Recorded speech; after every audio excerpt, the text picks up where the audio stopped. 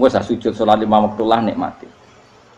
Karena sekali kamu terbiasa mensifati dunia ini penting, nanti kamu akan lupa mensifati akhirat itu penting. Dan itu awal kamu tergelincir dari ansawa isabil, dari jalan yang benar. Makanya tadi pepatahnya orang sufi apa? Anna sunyamun wa idza matu indah. Manusia itu tidur, kalau mati baru. Terus contoh kedua begini. Kenapa Allah begitu murka ketika orang tidak mengerti hak-haknya Allah? Bukan karena Allah anarkis atau keras, tidak. Memang secara akal pasti begitu. Saya sampai tak beda ini. Ya contoh gampang-gampang saja, tak wari logika. Kalau ada orang buta lewat kemudian nabrak tembok, karena apa? Karena buta kan? Buta itu maknanya apa? Tidak tahu. Akibat tidak tahu, nabrak tembok. Ya kan? Karena tidak tahu nabrak tembok, karena tidak tahu terjatuh di sungai, karena tidak tahu terjatuh di jurang. Sekarang juga sama. Orang karena tidak tahu pentingnya agama, tidak tahu pentingnya Allah, kemudian dia fokus ke duniawi. Akhirnya ya nabrak tembok. Natijanya sama enggak? Saya ulang lagi ya, orang buta karena tidak tahu nabrak tembok. Orang fokus untuk perempuan cantik atau melihat apa, kemudian dia tidak tahu depannya juga nabrak. Untuk menjadi nabrak itu syaratnya tidak tahu apa tahu? Bisa dua-duanya. Tidak tahu ya sebabnya nabrak, fokus ke yang lain ya bisa. Maka tidak tahu ya sebab nabrak, fokus ke yang lain juga sebab. Nah mata kita, hati kita ini sudah dipenuhi hal-hal yang tidak penting, sehingga kita lupa dari hal yang penting. Kayak tadi kita mau minum kopi saja, fokus sampai meninggalkan anak main sampai jatuh. Berarti minum kopi sebenarnya tidak satu kebodohan, tapi ketika membiarkan anak kecil jatuh itu adalah kebodohan. Sebetulnya makan menikmati dunia itu tidak kebodohan, tapi ketika Anda melupakan Allah itu menjadi satu apa? Kebodohan. Ini disebut kamu jangan terlena oleh kehidupan apa? Dunia. Nah kenapa terlena? Itu kakean delok. Mulane Nabi itu ora tau delok dunia. Nabi, saya ini tak latih gitu wali, tapi mukadimah. Kulon itu belum pernah delok. Saya pernah punya kakak wakil bupati, punya teman gubernur, teman gubernur banyak tuh. Kalau delok susu rawani, mereka khawatir seneng. Nabi itu pernah, Nabi itu jenenge manusia, pernah lewat itu. Kemudian tonggo-tonggone Nabi kebetulan pas pulang bawa unta-unta banyak. Itu Nabi melihat mungkin 0, sekian detik. Itu dilori pangeran. La tamuddanna ainaika ila ma matta'ana bihi azwajam minhum zahratal hayatid. Jadi misalnya kayak Rogen misalnya dulu wong numpak Alphard pejabat ana sing bukakno. Enak aja nak jadi wong ngono iku. Kalimat itu direkam oleh Allah bahwa Mustafa pernah ngomong enake jadi wong iku numpak Alphard ana sing bukakno. Tapi kan tetap kirim. Sehingga nanti di akhirat kalimat itu direkam misalnya nanti ternyata yang numpak Alphard misalnya nyuwun sewu misalnya yang numpak Alphard tadi tetap di neraka, kamu ya ikut di neraka. Karena dia menikmati Alphard lali akhirat, kowe yo ngangen-angen kepengen seperti itu. Maka poinnya sama. Kalau mlebu neraka bareng. Terus ada orang sujud di musola, melarat sujud. Kowe gak pernah enake dadi wong iku. Padahal sujud itu yang menjadi orang masuk surga. Terus kowe ditakoki ning akhirat. Kowe tahu angen-angen dadi wong sujud mboten nate. Tapi kowe tahu angen-angen mewah nate. Yes, seneng ngono kira-kira gitu. Lha iku latara undal pas kowe roh ilmu yakin pas wae mlebu neraka. Lha iki mulane tak ajari dini kiat-kiat supaya kira mlebu. Makanya latih melihat dunia gue juga kesuwen. Misalnya di konco jadi pejabat. Kalau nanti di keluarga pejabat sampai sekarang pun saya sering punya teman. Buat nanti kalau apa ya, melihat bahwa dia pejabat. Karena saya takut dosa. Saya melihat dia seorang mukmin yang sujud, yang sholat. Saya bodoh sekali kalau melihat dia pejabat. Karena itu tidak ada artinya di akhirat. Saya sampai sekarang yang saya melihat presiden orang yang mukmin, sehingga saya harus hormat. Saya melihat bupati orang yang mukmin, sehingga saya harus hormat. Melihat sampean ini wong sing mukmin, malah gue jalalan bareng ini sudah mukmin plus. Jadi rasa tiga ekor tuh pinter gue jalalan. Jalalan budal bisa gaya bisa. Budal lu rano mana nih? Oh anu kager wong bisa maca kitab kok. Jos lah. Jadi saya ulang lagi ya. Makanya saya itu nanti kalau sampean alim sudah kayak saya, itu pasti nggak kagum sama sahabat. Sahabat itu, apalagi Rasulullah ya tentu. Sahabat dulu aja yang gampang ditiru. Sayyidina Umar ketika ditusuk oleh siapa? Abu Lu'lu' siapa? Al-Majusi. Abu Lu'lu' itu seorang Majusi. Dan Umar itu orang pendendam. Dia orang pendendam. Tapi tentu karena dia orang baik, ya pendendamnya hal-hal yang baik. Coba kalau kamu ditusuk orang itu dendam nggak? Kira-kira sebagai manusia kan dendam. Itu tanyanya begini sama yang ya taruh sekarang orang dekatnya. Yang bunuh saya tadi siapa? Oh itu Abu Lu'lu' Al-Majusi, Hulamul Muhirah. Dia budaknya Muhirah. Majusi, iya ya Umar. Dia sudah mau mati. Itu ngetikan gini, sama siapa teksnya? Alhamdulillahilladzi lam yaj'al maniyati biyadi rajulin sajadalaka sajdah yuhajuni biha yaumal qiyamah. Ya Allah, terima kasih sekali ya Allah. Engkau mentakdirkan saya dibunuh oleh orang yang enggak pernah sujud. Kalau saja dia pernah sujud, maka dia berhak menuntut saya dengan sujudnya untuk masuk surga. Artinya gini, kalau dia ditusuk orang yang pernah sujud, misalnya Sayyidina Umar kok ditusuk oleh Ruhin, kemudian Umar Ruhin masuk neraka, aku tetap pedih Gusti. Isowai sujudnya dia menjadikan nggak berhak masuk neraka. Artinya Umar sangat hormatnya pada sujud itu dia nggak berani. Jadi kira-kira kok Umar sujud kue, itu kira-kira rawani masuk anak kue mlebu neraka. Piye-piye di kekuatan sujud yang mempotensikan tetap dia masuk surga. Makanya dia seneng, dendamnya kesampaian. Syukur lah, nak mateni aku nggak tahu sujud. Jadi tak patut tahun bun rokok langsung bludeng ini kira-kira gitu. Saking hormatnya, ambek sing jenenge sujud. Tapi kita sekarang enggak. Rawong nih musola sujud, ya jangan nganggur. Otak kita ini sudah PKI lah kamu.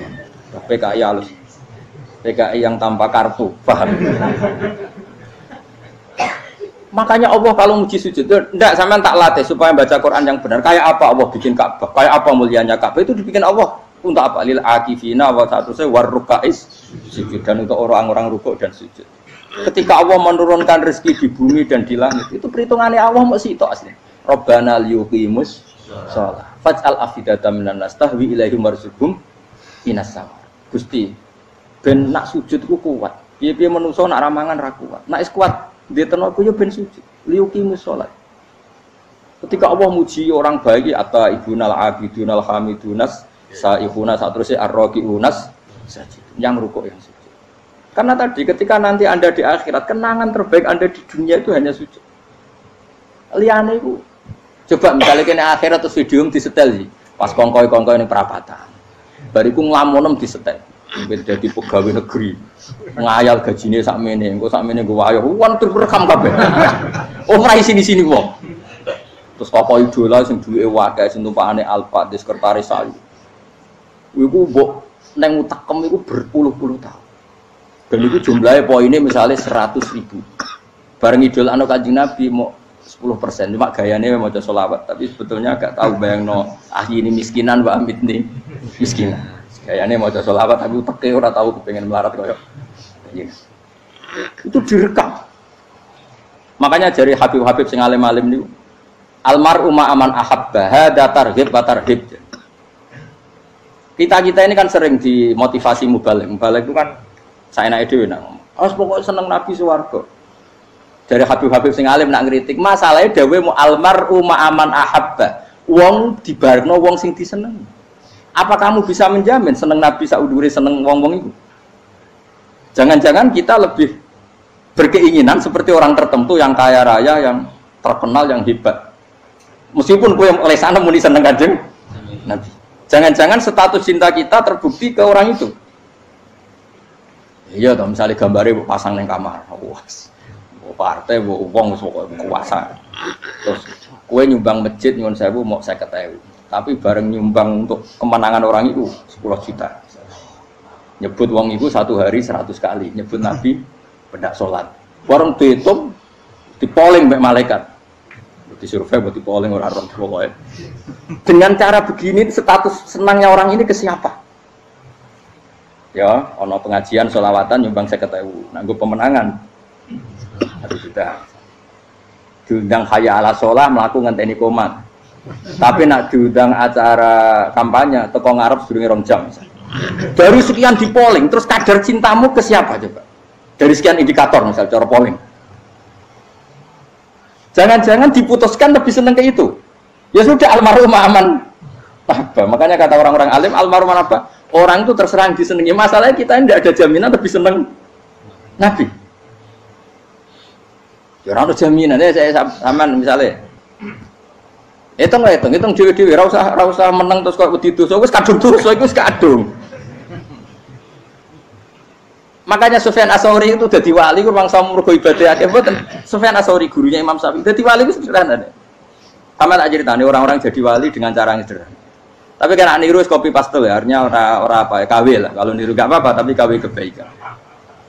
Sufyan Ats-Tsauri itu ditanya, "Kenapa kamu sedekat itu sama Allah dan Anda keramat?" Jadi resepnya begini, Pak. Saya itu belum pernah ke masjid nunggu adzan. Paling enggak setengah jam, 1 jam sebelum adzan itu saya sudah ada ke masjid. Ditanya, "Kenapa begitu?" Ketoke kok kawula sing elek, moroe ngenteni diceluk. Wis ngerti nak wayahe yak mono iku Allah nyeluk. Misale saya punya cah dalem atau saya punya karyawan, tiap jam 8 itu buka toko. Nah, bayangno itu juga. Saya punya karyawan tiap jam 8 tugasnya buka. Selalu buka tokonya ngenteni tak panggil. "Hen Rohen, toko buka." "Siap." Tapi besok yang ngono lagi, "Hen jam 8 buka." "Siap." Tiap hari gitu. Kira-kira kendaraan karyawan itu goblok apa sopan? Kira-kira enggak jawab deh. Goblok kritik jauh. Nah, Sufyan Ats-Tsauri tidak mau gitu. Wis ngerti nek Allah ya mono wayahe manggil. Dadi ya kerja malu wis ning kono. Dadi nek Allah hayya ala sholam pun Gusti. Hayya ala sholam pun penting mriki. Iku sudah dadi wali. Oh, iku saya buat tiru tapi KW lho. Enggak masalah, tapi ini kan resep no. Lho mangkel lo gak kira-kira. Ono karyawan tiap jam 8 kon buka toko. Selalu marane ngenteni di panggil. Jadi wali dulu tuh punya cara muamalah sama Allah tuh luar biasa. Ya ora usah mbok tiru terus kemen dadi wali wis ra iso kadung salah. Biasa wae. Aku lah nganti saiki ya biasa wae. Aku mau masjid ngenteni mekumat ya biasa wae. Tapi aku kan iso dadi wali lewat jalur liya lah aku ya. Jalurku kan akeh. Mulang ya mari wali, sabar ning coba ya mari wali. Jane ana jalur fikir ya mari wali kan. Tapi kan loro, fikir loro. Jadi Imam Adil ya wali, di bojo judes iku wali masyhur. Ana wali ku barokah di bojo judes. Iki ya jalur dadi wali. Wah lebih ngeri lagi. Ngeri tenan nganti ning akhirat dijak wedi. Jadi anak jote wae kan. Para suami takut istri silakan baris sing wis baris bareng sing wedok. Pak rene lho tetep moro-moro. Wong wedi bojo kegawangan ini akhirat bahaya, you know. Yes. Bahaya wedi bojo nganti kegawan apa?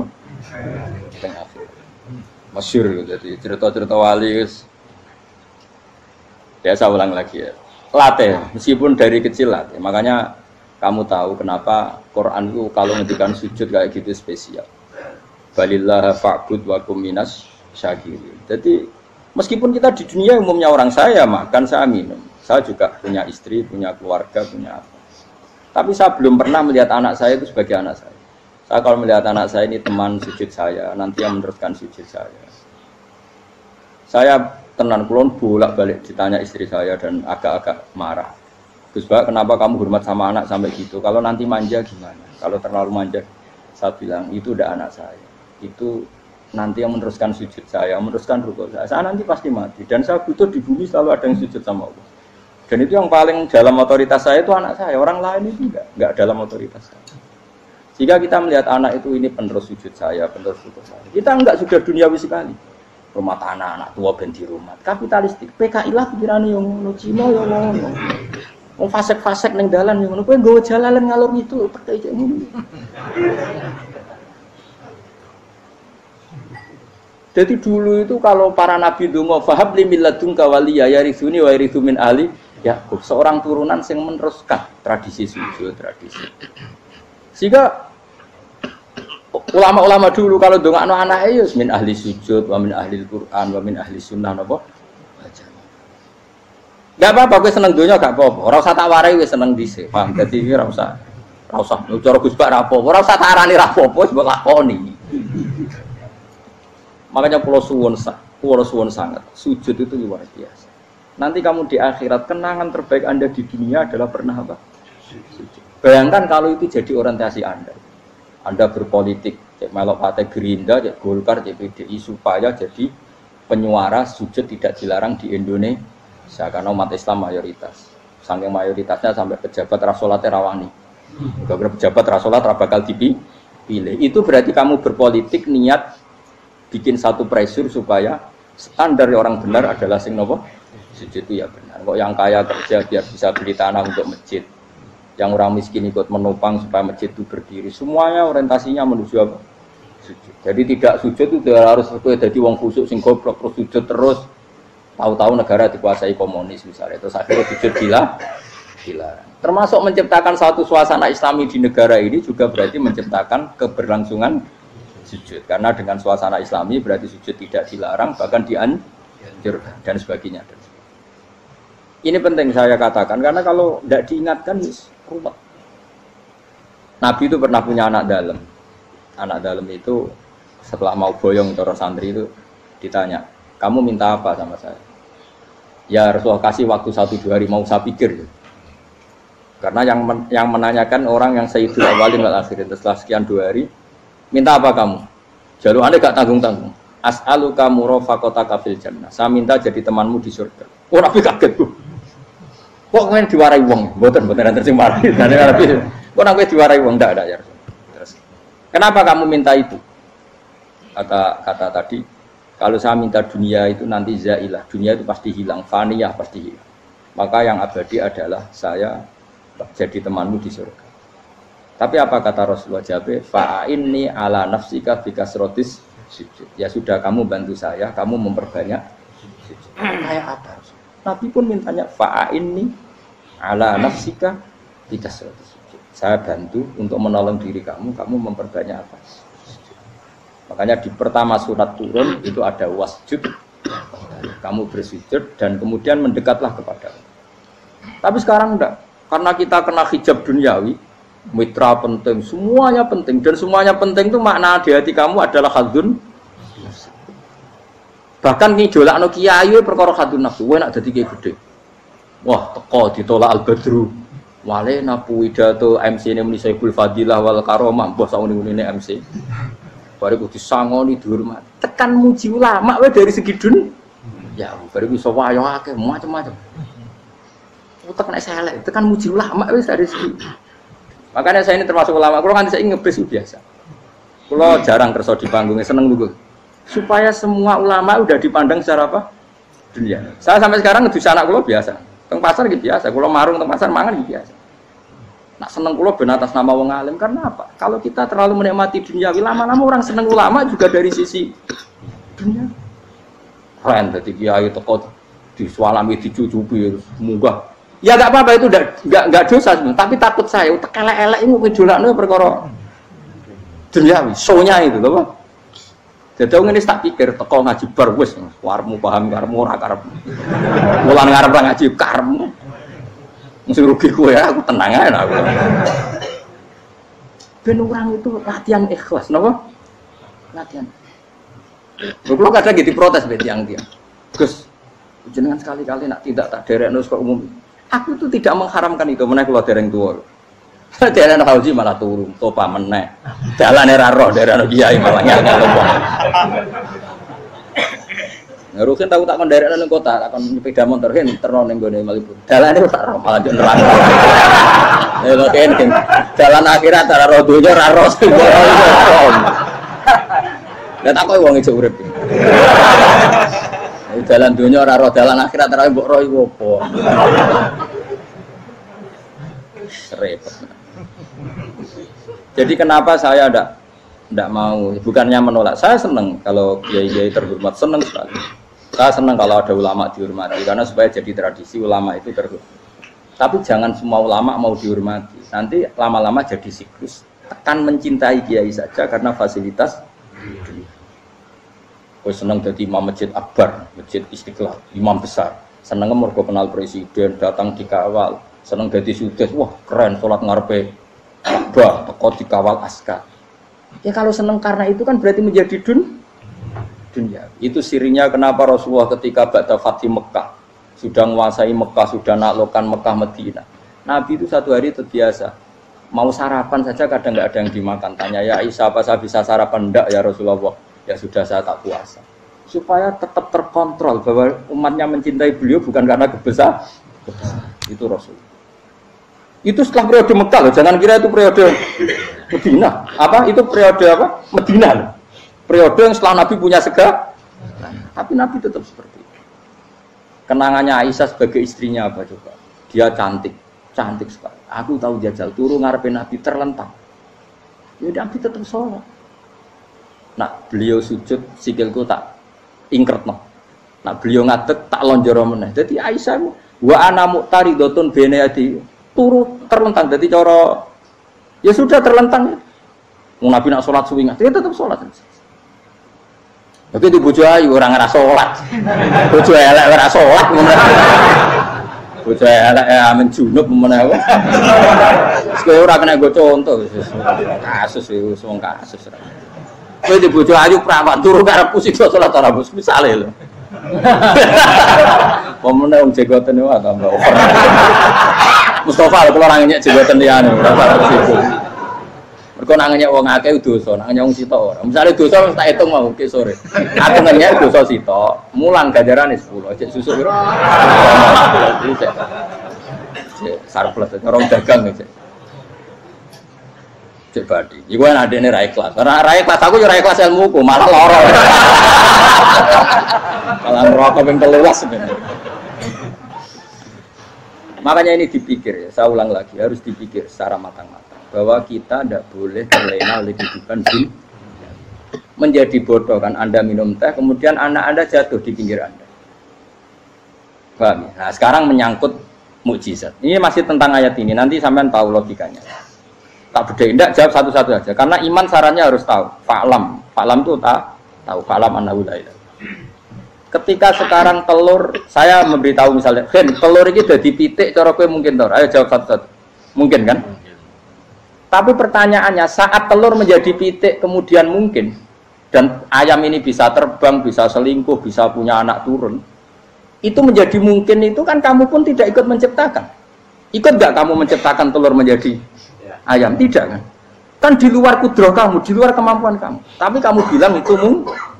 Ada onta yang buting, yang sudah hamil sudah. Kamu bilang nanti onta ini mau punya anak dan anaknya nanti bisa jalan seperti induknya. Kamu katakan apa? Mungkin. Tapi saat Anda katakan mungkin, Anda ikut menciptakan enggak? Enggak kan? Tetap itu kudrohnya Allah. Tetap itu. Maka para nabi itu tidak tahu bedanya antara onta yang keluar dari indukannya dan keluar dari batu. Itu syaratnya jadi nabi, syaratnya jadi wali. Nah, saya kira ono nabi. Makanya Nabi Soleh ditakoki, bukti nak kudroh pangeran ubi. Lah kamu minta apa kata Nabi Soleh? Silahkan ada unta keluar dari batu itu. Nabi Soleh bisa. Ya tenan terus unta keluar dari batu. Terus kaumnya gawok. Wah kok hebat tenan unta metu ke batu. Jadi Nabi Soleh, ya padha karo unta lahir kok indukane. Bedane apa? Ya beda. Lah bedane apa? Metu ke watu kok ya ora melok gawe. Metu ke indukane ya kowe ora melok gawe. Bedane apa? Tapi tak temu kena hijab, ngono niku ana bedane. Cara nabi-nabi ora roh bedane. Lah kula termasuk warasatul anbiya ya ora roh bedane cara. Waras utek kula niku waras. Lho lha yo misale kowe cara iman seperti itu yakin dadi wali. Wes sama amatir-amatir lah wali swasta lah. Pokoke wis dadi wali. Jadi manusia itu lucu, sesuatu yang dia pun tidak bisa. Iku sok bedakno. Kalau telur menjadi ayam mungkin. Sapi keluar dari indukan mungkin, biji padi menjadi padi besar mungkin, tapi nak watu kok jadi biji padi mukhal. Lu saat yang dikatakan mungkin itu apakah manusia ikut memberi? Tidak kan? Ikut menciptakan? Harusnya kan tetap bilang, yo aku menyaksikan itu karena ada kekuatan X yang menciptakan itu. Harusnya dia kalau mau konsisten kan, saya tidak bisa menciptakan telur jadi ayam, tapi ada kekuatan lain yang menciptakan. Dan saya tidak bisa. Jadi telur keluar dari ayam ya kita tidak bisa menciptakan. Sapi keluar dari indukan ya kita tidak bisa menciptakan. Termasuk untanya Nabi Soleh yang keluar dari batu besar kita. Makanya semua nabi itu tidak tahu bedanya, itu bedanya nabi sama enggak nabi. Makanya nabi itu tenang ya, masyhur. Ketika perang Khandaq, nabi itu kelaparan. Kemudian Jabir datang, ya Rasulullah, istri saya menyiapkan makanan untuk orang 6 karena kambingnya hanya kecil. Maka hanya orang 6 saja engkau boleh datang ke situ. Tapi Rasulullah dengan santainya, ya ahlal Khandaq. Padahal yang ngeduk Khandaq itu sekitar 3.000, ya ahlal Khandaq. Halumu ilayya, ayo ke Jabir, karena Jabir sona atau aman, bikin makanan untuk kalian. Itu 3.000 orang. Wah, Jabir dimaki-maki sama, sudah bilang untuk orang 6 nabi, ya apa-apaan orang banyak, itu mesti tidak cukup, kita mana. Nabi santai, bilang ke istri kamu, Jabir jangan buka makanan itu kecuali saya. Ya, makanya Nabi matur pengiran, Gusti ini cukupkan untuk orang banyak. Sama Allah di ACC ya terus cukup. Karena bagi Nabi, Nabi tahu betul. Sekarang ketika beras menjadi beras, apa dalam kudrah kamu, dalam kemampuan kamu? Enggak kan? Ketika sistem tubuh kita makan kemudian jadi kenyang, apa dalam kemampuan kamu? Kue muni mangan maknane sego bolebokno mulut, terus kue darani punya kemampuan makan. Apa setelah itu kamu mengendalikan sistem saraf kita, sistem urat kita? Enggak kan? Jadi Nabi ora ora bedane, justru itu jadi Nabi. Karena dia enggak pernah terjebak, Nabi enggak pernah terjebak oleh yang dili. Makanya cara pangeran wa ma min dabatin fil ardi wala ta'iri yatiru bijanahihi illa umamun amsalukum. Ketika orang kafir minta bukti kudrohe Allah iku apa? Kanjeng Nabi didono manuk. Lah manuk terbang bukti kudrohe Allah. Ya biasa mat manuk terbang, wis suwe nek manuk terbang. Bukti kudrohe ning ndi? Iku tekek wis semper. Lha bukti kudrohe ya kowe ora iso gawe kan? Tapi maksudnya wong kafir bukti kudrohe pangeran gawe unta kok watu. Lah bedane apa mau hale unta kok watu ambek kok indukane? Bedane apa jajan? Wong ibuke unta yang ngrasa gawe. Apa ibuke unta bisa menciptakan anak-anak unta? Kan tidak bisa juga. Manusia juga ada. Jadi itu wis cukup dadi kudrohe. Tapi manusia angger barang sering terjadi darani mungkin. Maknane mungkin dekne sing nentukan mungkin atau tidak. Padahal zaman mungkin pun dia ada ikut menciptakan. Ini lengkel. Makanya itu kenapa Allah akhirnya bikin mukjizat supaya orang itu ingat kedahsyatan kudrohe Allah. Sebetulnya mukjizat itu tidak penting. Maksudnya tidak penting tadi untuk iman sebetulnya tidak perlu mukjizat. Makanya ketika Rasulullah SAW ingin nuruti mukjizat yang diminta orang kafir, Allah malah ngelingno inna fi khalqis samawati wal ardi wakhtilafil laili wan nar. Sajane ana langit, bumi, ada lautan, ada apa sudah bukti kudrohe. Nah sekarang mukjizat kok ngenteni unta keluar dari apa tadi? Batu, ngenteni Nabi Soleh. Lautan merah di sebelah tongkatnya Nabi Musa terus terbelah. Itu dari mukjizat. Kalau itu maknanya mukjizat karena manusia tidak mampu, apa manusia mampu bikin lautan? Kan tidak mampu juga. Kenapa itu tidak dikatakan mukjizat? Lagi-lagi karena wis kena mataul huruf. Paham jelas ya?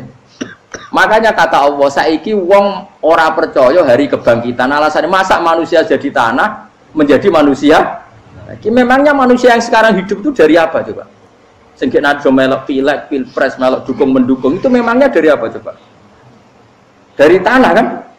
Mestinya hari kebangkitan sejati ya sekarang ini orang-orang dari tanah sekarang berkeliaran ini harus go jalalan mu'alon idul maknani. Itu yo kok lemah. Kemudian setelah jadi tanah mati orang engkar, wah ini nggak mungkin jadi manusia lagi. Padahal zaman sekarang jadi manusia itu karena kudrohnya manusia apa karena Allah? Karena Allah. Dan manusia sekarang dari tanah pandang, dari tanah. Harusnya ya berpikir seperti itu. Kalau kudrohnya Allah bisa menjadikan manusia sebanyak ini dari tanah, tentu Allah tetap mampu nanti setelah jadi tanah menjadi manusia. Itu malah kula nu wedi urip nggih wedi tenan. Karena tadi dari hidup menjadi tidak tahu. Annasamun wa idza matu tahu. Kita semua hanya tidur, setelah mati baru karena baru tersadar. Makanya analogi itu penting, kias itu penting. Ya saya beri contoh berkali-kali saya menyontohkan. Sampean tak warai hujah ulama. Nanti pasti sampean taslim itu pasti nyerah. Kalau kamu disebut jeleknya oleh orang lain, kamu mangkel enggak? Mangkel kan? Itu Imam Ghazali gini, kamu tak kasih resep supaya kalau ada orang mengingatkan kejelekan kamu itu tidak mangkel.